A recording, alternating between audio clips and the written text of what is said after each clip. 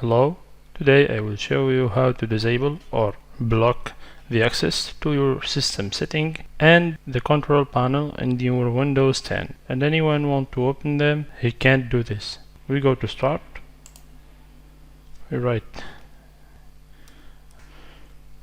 we enter. So here we go to administrative template, control panel, and here we find prohibit access to control panel and PC setting. So we go to start, we write control panel, and you see this is work. Okay, you can open it. We go to start, we open setting, and it's work normally. Now we active, right click, edit, we put enable, apply, okay. We go to start, now we will test it. Control panel,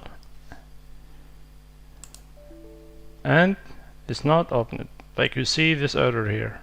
Okay, we go to test the system setting, we go to start, and like you see, nothing is showing up. We repeat it again, start, setting, and nothing. Okay, so this option make you stop the access to the control panel and the PC setting in Windows 10. We activate again, right click, edit, not configured, apply, okay. We go to start, control panel, and we try it now. It's working normally. We go to system setting, and it's normally working. So some people maybe ask why I need ever to do this and why I need ever to use this. Many people that they give their computer to another people for working. For example, you don't want for those people to change anything in your computer, okay? Anything. So just you make this. You don't want the people in the public place, for example, if you have a public place where people come to connect in internet, you don't want anyone to change anything in your computer.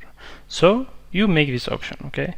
So the people came, work in their application, and go. They can't change anything in your system setting. Thank you so much. I hope that this is useful for you.